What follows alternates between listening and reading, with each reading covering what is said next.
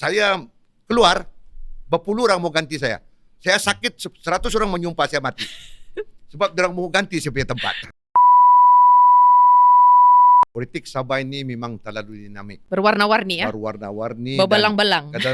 Dinamika dia ini. Ini hari lain, besok lain. Sebab itu saya mengambil keputusan. Dengan siapapun kita bergabung dalam pilihan raya ini, we must lead, we must instruct our missionary.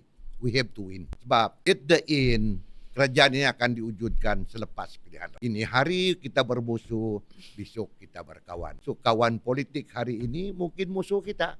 Musuh kita hari ini mungkin kawan kita. Then that's why seorang pemimpin perlu ada kebijaksanaan. Kalau dia tidak bijak, macam pepatah, macam pantun kawan-kawan saya, dia kata kapal berlayar di waktu malam, mari menuju lautan dalam. Kalau bukan nakhoda yang paham, di situ banyak kapal tenggelam. So politik pun begitu. Kalau if we not ready, if we not in the line, in the system, we will sing.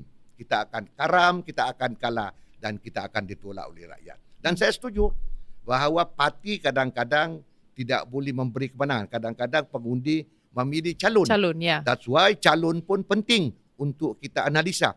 Sehingga hari ini pun saya masih menganalisa calon-calon saya yang sesuai, yang calon yang rakyat mau, bukan yang mau itu ketua bahagian mau, bukan itu UMNO mau. UMNO mau pun kalau rakyat tidak mau, tidak guna juga. What we need, our candidate menjadi pilihan orang ramai. Itu pebola untuk menang. That's why saya punya war cry, kalau mau menang, buat kerja orang mau menang. Saya satu lagi saya mau tanya tentang sentiasa orang pertikaikan otonomi UMNO ni. Alright. UMNO seringkali kita lihat sebagai quote-unquote cawangan UMNO pusat. Ini yang kita nampaklah UMNO Sabah kan.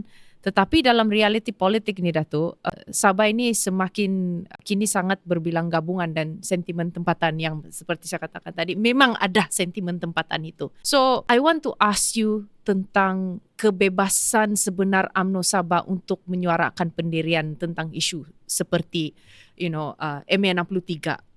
Royalty minyak, pembangunan luar bandar. Since you said that, kalau diberikan mandat, you will fight for this. Now, how far otonomi UMNO Sabah ini diberikan oleh di pusat? Autonomi ini selalu orang pertikaikan. Yeah. So that's why I asked our president, Datuk Seri Jahid. I asked him, this is the right time for you to tell the reporter that UMNO Sabah ada autonomi. Then dia cakap, apa-apa tentang UMNO Sabah, Barisan Nasional Sabah, Bung Mokhtar, full authority. Kami tidak akan mengganggu otonomi yang kita bagi kepada UMNO dan Barisan Nasional. Sama ada pemilihan calon, pemilihan tempat bertanding, apalagi kalau menyuarakan isu-isu MA 63, no need to wait until we win on the election. Even now, even before, pun kita sudah bicara tentang MA 63. So for me, this is no obstacle, tidak ada halangan untuk kita move on barang isu-isu ini. Dan Alhamdulillah saya percaya bahawa since 2018 saya telah amalkan autonomi ini, di mana pemilihan calon saya memilih, 100% calon saya pilih, kawasan pun begitu. Cuma at that time kita tiada persiapan dan kita telah disabot oleh rakan-rakan kita yang sama, yaitu bertanding atas bersama tetapi memasang calon bebas dan kita cuma menang 14 kursi. Kalau tidak, mungkin pada ketika itu Barisan Nasional menang 21. Sebab itu saya selalu nyatakan bahawa kalau mana-mana parti mau bergabung, sama ada local parti kah, parti luar kah, first saya kira sincerity dan integrity. Sebab kalau tidak ada sincerity, cuma mengaut keuntungan, no point. That's why saya bagi tahu JRS, mau bergabung kena ubah perangai, kena ada ketulusan dalam hati. Sebab kita tidak mau ditipu lagi buat kali kedua. Kita tidak mau dipatuk oleh ular yang sama di tempat yang sama. That's why AJG tidak senang hati, tapi that is my point. Saya tidak mau negotiate dengan orang yang suka tidak memenuhi apa yang kita perundingkan. Saya melihat dalam masa yang sama ramai anak muda kita ini pun saya berpandang kita menjurus kepada anak muda, alright. Dan saya petik apa yang telah dikatakan oleh Datuk Seri Zaid Hamidi masa PRK Kimanis dahulu, and he said that sekiranya UMNO diberikan mandat, kita akan laksanakan MA 63 100%. I agree. Okay, tapi sampai sekarang isu dia belum ada. Now, Wait. Sebab dia tidak dapat mandat. So how to give the promises if you have not in power? but he was talking about PRK Kimanis kan Yep. at that time. Kalau right? menang PRK Kimanis dan dia Okay. diberi mandat, at that time kan Muhyiddin yang jadi pemerintah. Okay. Now, the question right now is kan, kalau kita melihat, sebab I'm doing a research on young voters undi 18. So kita menjurus kepada undi 18 because we know that they hold a very high majority of voters, especially dalam PRN 17 ini. Dan pada PRN 17 di Sabah ini akan menjadi kertas litmus kepada mereka untuk kita lihat bahawa di manakah hala tuju anak-anak muda ini. Now kita melihat anak-anak muda sekarang ini ada political apathy. Now when you talk about political apathy, mereka sudah muak dengan janji-janji kosong.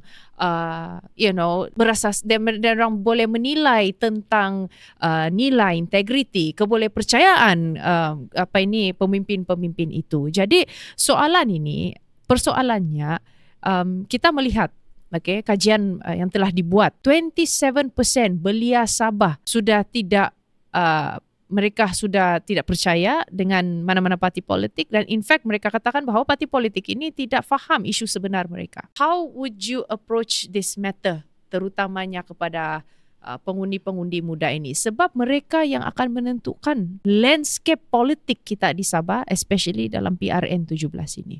Okey, jadi pengundi-pengundi muda ini memang tidak ada pun saya tengok satu individu or ini organisation can claim that orang mendapat sokongan pengundi muda, because they are split everywhere. Then one more thing, when come to 18, orang automatic jadi pengundi tahu. Ya, betul. Then we don't know where they are, because some on the sekolah menengah SPM, some go for the university. That's why I instruct all my ketua-ketua pemuda, my putri-putri, use media sosial. It's all. Use whatever facility we, because impossible for us to reach them face to face. Terlalu mustahil untuk berdepan dengan mereka secara bersemuka. Sebab mereka ini pertama, mungkin mereka tidak suka bersemuka. Kedua, of course, macam mana nak tahu? Telefon pun tidak ada. We don't know who they are actually. So gunakanlah media-media sosial yang ada. Di samping itu, perbanyakkan juga program-program melibatkan belia-belia dan anak-anak muda. Dan yang penting pada saya, semua kena buat engagement, kena buat hands-on dengan mana-mana. Sebab for me, sama ada dia pengundi muda kah, perempuan kah, orang tua kah, dia satu undi. Satu orang, satu undi. Tidak ada yang boleh kita lepaskan. Dan saya selalu tekankan kepada yang bakal-bakal calon dan mau menang, kalau mau menang, buat kerja orang mau menang. Apa macam cara mau kerja orang mau menang? Niat mau menang, langkah mau menang, senyum-senyum orang mau menang, bicara-bicara orang mau menang, dan approach orang mau menang. Wah ima you angry pun, you angry must show that you want to win. That's all. That's why I told them, nowadays you have to use all whatever source. Tidak boleh lagi macam dulu, kita duduk orang hormat kita. Tidak boleh. That one, I change the policy. The policy is approach them macam main bola. Tak boleh tunggu itu bola datang. You have to meet the ball. So you have to meet all the voters. Wherever they are, kau kena cari. Baru kau boleh ada close touch with them. Kalau tidak, as you say just now, pengundi muda kadang-kadang sudah muak melihat semua pemimpin parti berjanji ini boleh buat itu boleh. When they in power, not even one pun yang fulfill dia punya janji. So pasal satu parti, pasal satu orang, semua parti pemimpin terlibat dan politik dilihat sebagai politik kotor. Betul jugalah. When Mahathir come in power, dia kata manifesto bukan ayat cuci. If a great leader can see that word, bagaimana orang lain yang belum ada apa-apa? So saya kata, let it be, tidak apa. It's difficult for us to stop orang punya persepsi, orang punya pemikiran terhadap kita. Tapi kita tunjukkan kepada mereka bahawa kita memang berkomitmen tinggi untuk menyelesaikan isu-isu anak muda dan isu-isu negeri Sabah. Okay. So my last question for you, Datuk. Since you said that macam yang dikatakan oleh Tun Dr. Mahathir bahawa manifesto ini bukan kiranya kalau bilang kitab lah kan. What about you? That's why What is your manifesto? Is it saya gonna be mungkin saya tidak akan menggunakan manifesto. Aha. Saya menggunakan New Deal, tawaran baru. Almost the same, tapi tawaran-tawaran baru ini insyaAllah akan merubah masa depan anak-anak muda, merubah masa depan Sabah dan akan membentuk Sabah sebagai sebuah negeri yang membangun, mampu daripada negeri-negeri yang lain. Kalau Sarawak menjadi contoh, saya kata, why Sarawak? Sabah can be more better than Sarawak. Okay, and my very last question with regards to UMNO in Sabah. I mean, kita melihat, I would like to also balik lagi tentang anak muda, isu anak muda tadi. Pemimpin-pemimpin, ramai yang sudah melihat berapa, dia orang bilang kan sama saja ini. Bilakah masa anak-anak muda ini bukan sahaja diberikan orang bilang kerja dia kan bukan sebagai sayap saja kah, tetapi this is the time for the young people to move forward and also become a leader in our state. Actually, that is true. Anak-anak muda perlu diberi peluang. But they must show themselves. Diorang punya quality, capability, sincerity. Banyak anak muda kita bagi. Di Kiri Batang ada berapa anak muda. Saya bagi. Lepasan universiti. Jadi jawatan, ketua pemuda. Lepas tu terus lawan ketua bahagian. Tidak tahan menunggu. So saya kata, anak-anak muda kena tahan menunggu. Macam saya berada dalam UMNO since 1990 masukkan UMNO. Saya tidak ada apa-apa jawatan sehingga 1999 baru saya bertanding ahli parlimen. Selama itu saya jadi ketua pemuda, tidak apa-apa. Tapi kena sabar. We have to learn, belajar, tanamkan semangat kesetiaan. Dalam perjuangan mesti ada kesetiaan. Loyalty is a must. You don't have this, that's why we so many YB, lompat sana, lompat sini. Not only one party dia lompat, 1 tahun 4 parti dia lompat. Can you imagine how? Tidak ada komitmen. So that's why dalam UMNO ini, I have a lot of anak-anak muda yang graduate, yang daripada universiti, luar negara pun ada. Cuma di negara kita ini sebetulnya. Kalau di Eropah, sistem kader itu is very strong. In Europe, dia banyak anak-anak muda tahu.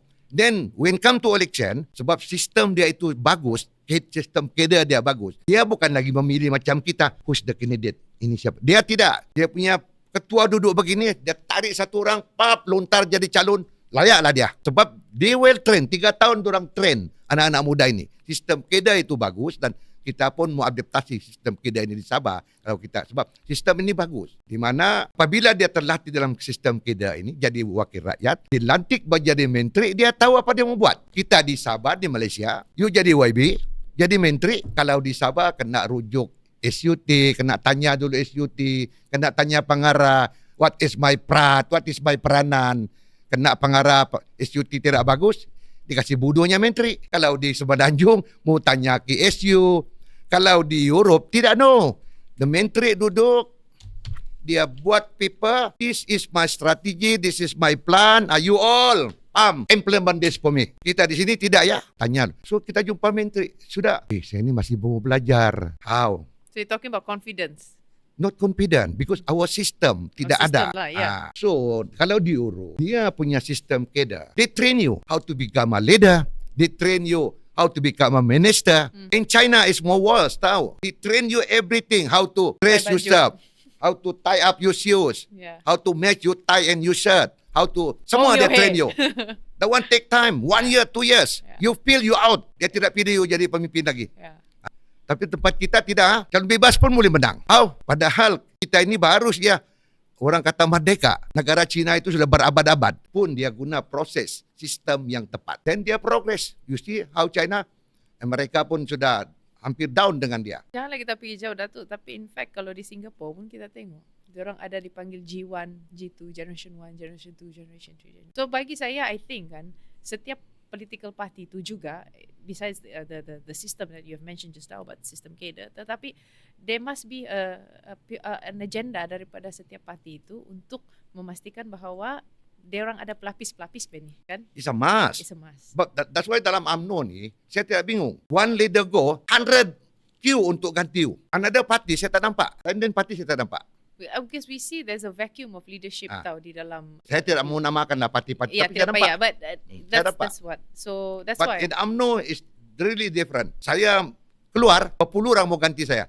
Saya sakit, 100 orang menyumpah saya mati. Sebab dia orang mau ganti saya punya tempat.